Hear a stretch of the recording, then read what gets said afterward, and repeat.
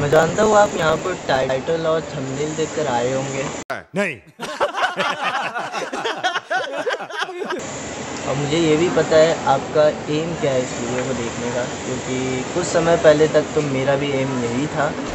तो video start करने से पहले आप अपने माइंड से एक चीज़ हटा दीजिए कि मुझसे नहीं होगा, मैं नहीं कर पाऊँगा, मैं ये इंटर्नशिप या कोई भी चीज़ नहीं कर सकता या मुझे ये नहीं मिलेगा। ये सारी चीज़ें आप अपने माइंड से हटा दीजिए और फिर ये वीडियो देखें तो आपको ज़्यादा से ज़्यादा समझ में आएगा और जो मैं बता रहा हूँ उस पर आप वो चीज़ कर पाएंगे। तो बिना किसी देरी के इस this Naved and you are watching Techman channel, let's get started. सबसे पहले ये वीडियो उन बेवकूफ़ों को ज़रूर भेजना जो ये आपसे ज़रूर बोले होंगे कि इंटर्नशाला पर आपको इंटर्नशिप नहीं मिलेगी, या फिर इंटर्नशाला फेक है, या फिर इंटर्नशाला पे जो है कंपनी जो आती है वो आपसे ज़्यादा एक्सपीरियंस्ड लोगों को ढूंढती है तो आपको ये नहीं मिलेगा। या फिर कुछ लोग ये भी कहते हैं कि जो कंपनी जो असाइनमेंट्स देती है वो आप नहीं कर पाएंगे, जो आपको डीमोटिवेट करते हैं हर बार और करते ही रहते हैं। ये वीडियो उन लोगों को ज़रूर भेजना। कौन है ये लोग, कहाँ से आते हैं? और ऐसे भी लोग मैंने देखे हैं कि ये भी कहते हैं कि इंटर्नशाला पे तू कुछ कर नहीं पाएगा, तेरे को कुछ मिलेगा नहीं और तू नहीं कर पाएगा। और कुछ ये भी होते हैं, और आप में से भी कुछ ये लोग भी होते रहे कि जो टाइम पास के लिए ही इंटर्नशाला इंस्टॉल करते हैं, अपना कुछ छोटा मोटा प्रोफाइल बना कर डाल देते हैं। वैसा मैं भी था, मैंने भी वैसे ही इंटर्नशाला स्टार्ट किया था, टाइम पास के लिए किया था। म्यूजिक।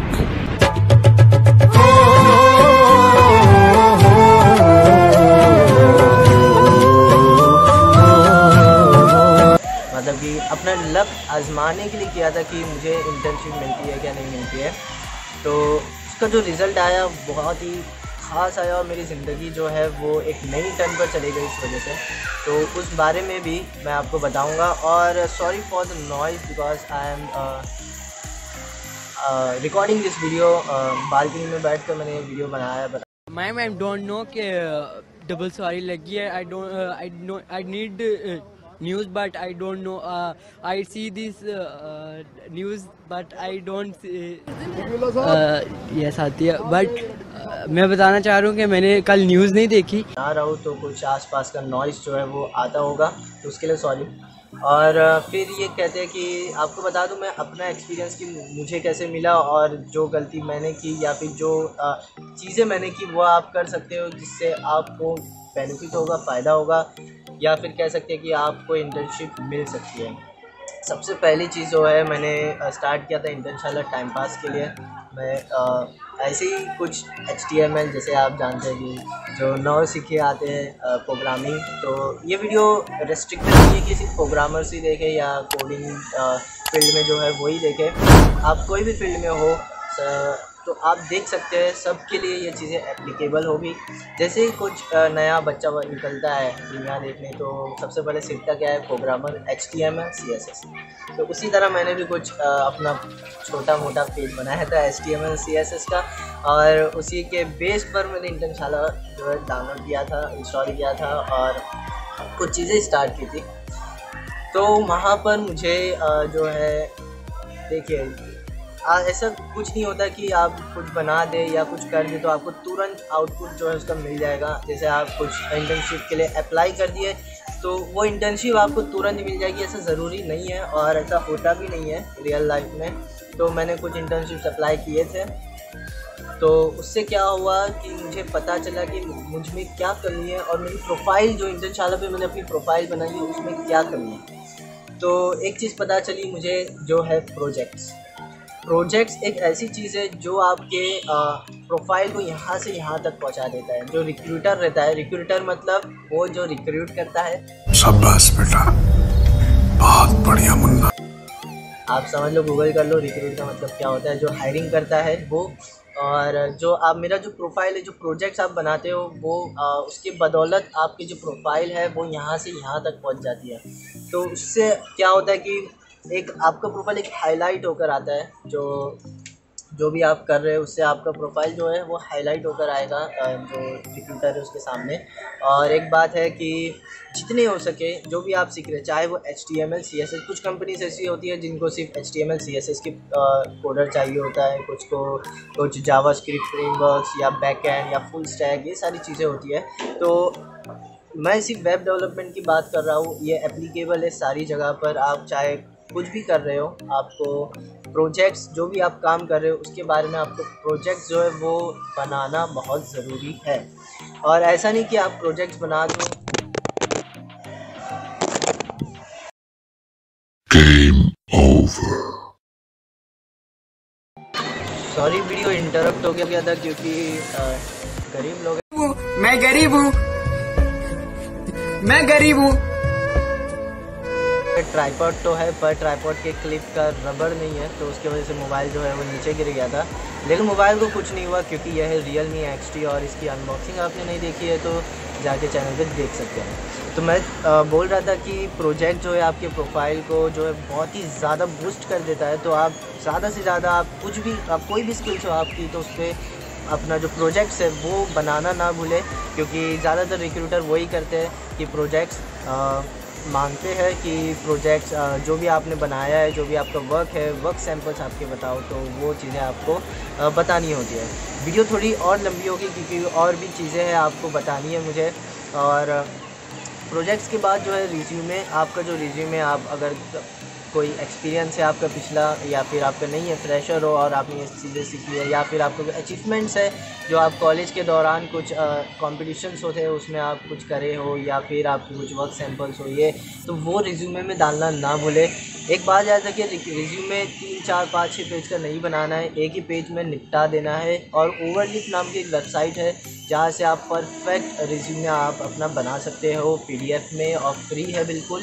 तो जो आप ओवरलिप डायरेक्ट टाइप कीजिए, गूगल पे मिल जाएगा आपको।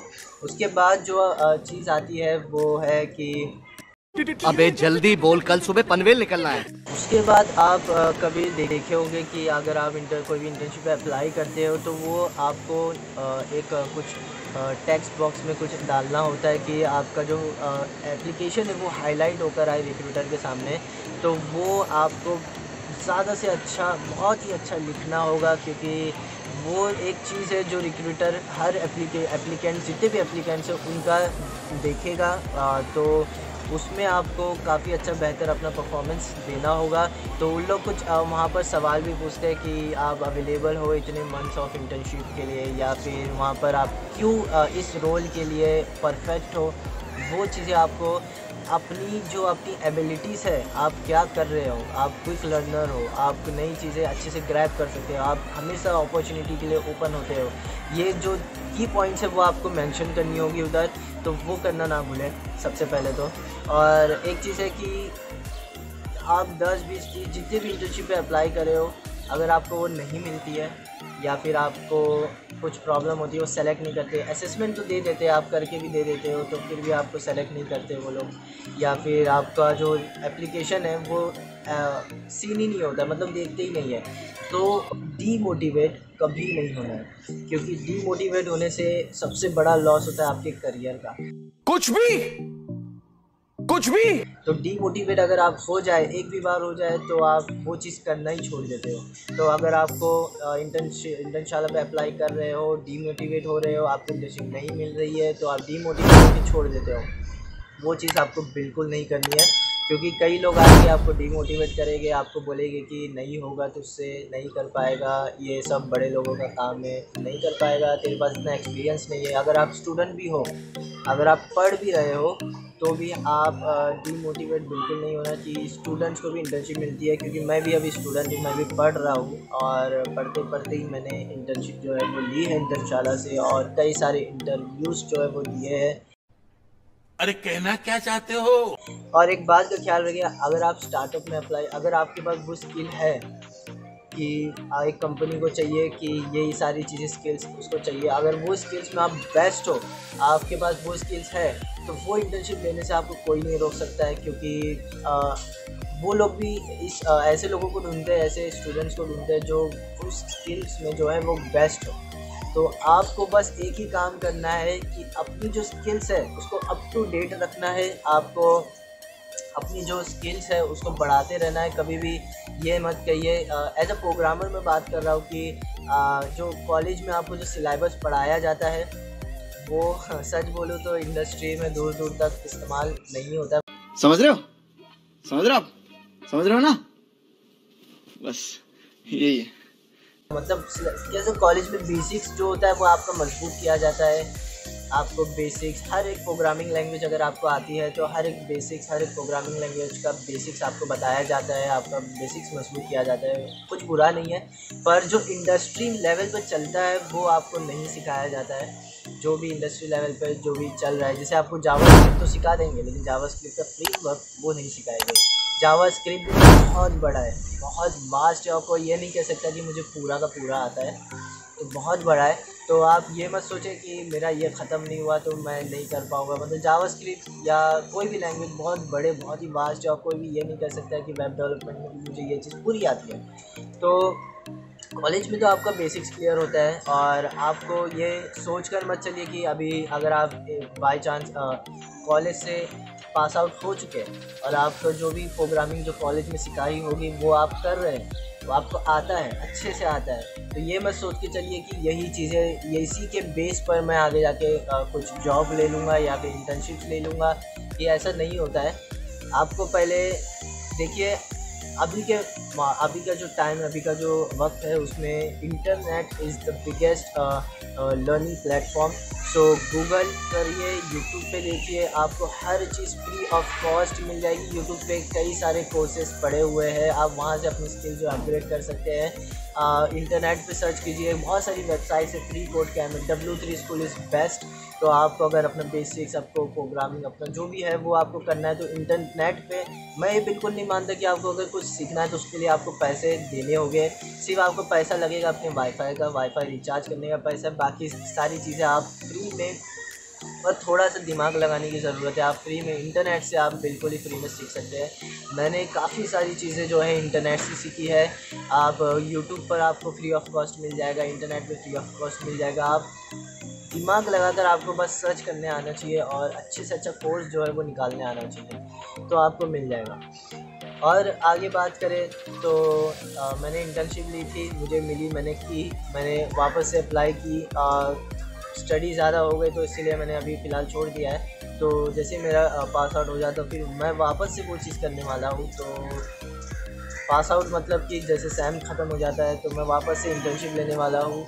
और मुझे काफ़ी ज़्यादा एक्सपीरियंस हो चुका है इस मामले में, क्योंकि मैंने इंटरव्यूज़ भी दिए हैं, मुझे इंटर्नशिप भी मिली है, लेकिन मुझे लगा कि मेरे लायक नहीं थी, तो मैंने मेरे स्किल्स के हिसाब से नहीं थी या फिर कुछ था तो मैंने रिजेक्ट भी किया है।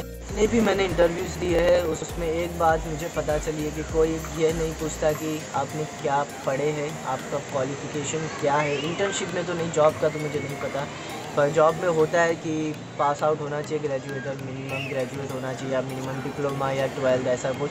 लेकिन या कोई लोग तो वो भी नहीं पूछते, सिर्फ उनको मतलब होता है उस वो आदमी की, वो पर्सन की स्किल्स से वो लोग को मतलब होता है। तो मुझे एक चीज़ पता चली, जितने भी इंटरव्यू मैंने दिया है उसमें एक चीज़ पता चली कि आपकी क्वालिफ़िकेशन कोई नहीं पूछेगा। कोई नहीं पूछेगा कि आप कौन सी कॉलेज से पढ़े हो या फिर कौन से क्या किए, डिप्लोमा किए, ग्रेजुएशन किए हो, कितना परसेंटेज आया, ये सारी चीज़ें आपको नहीं पूछने वाला कोई।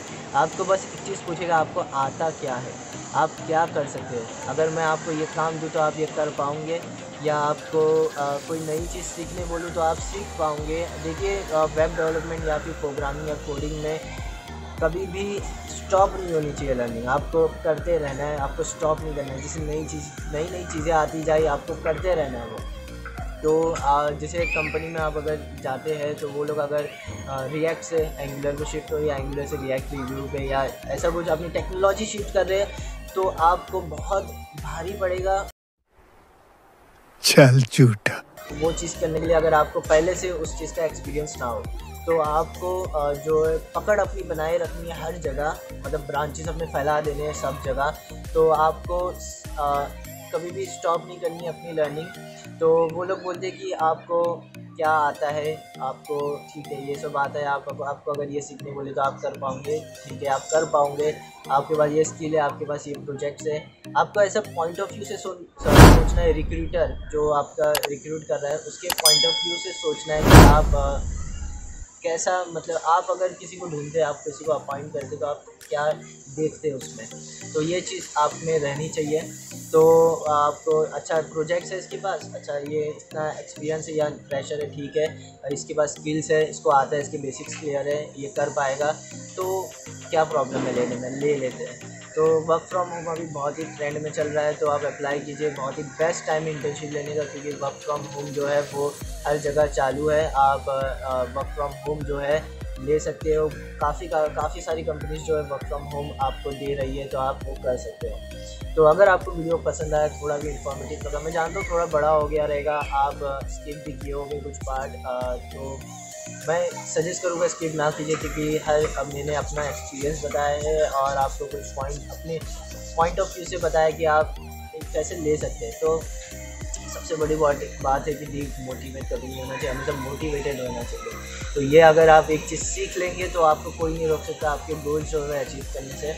तो अगर आपको वीडियो पसंद आए तो लाइक कीजिए, शेयर कीजिए, सब्सक्राइब कीजिए। अगर आप टीचर हो, ये वीडियो देख रहे हैं, तो अपने जो सर्कल है जहाँ पर आपके स्टूडेंट्स हैं या फिर आपके जो सर्कल है उसमें शेयर कीजिए, ज़्यादा से ज़्यादा लोगों को शेयर कीजिए, क्योंकि वो लोग भी फ़ायदा उठा सके इस चीज़ का।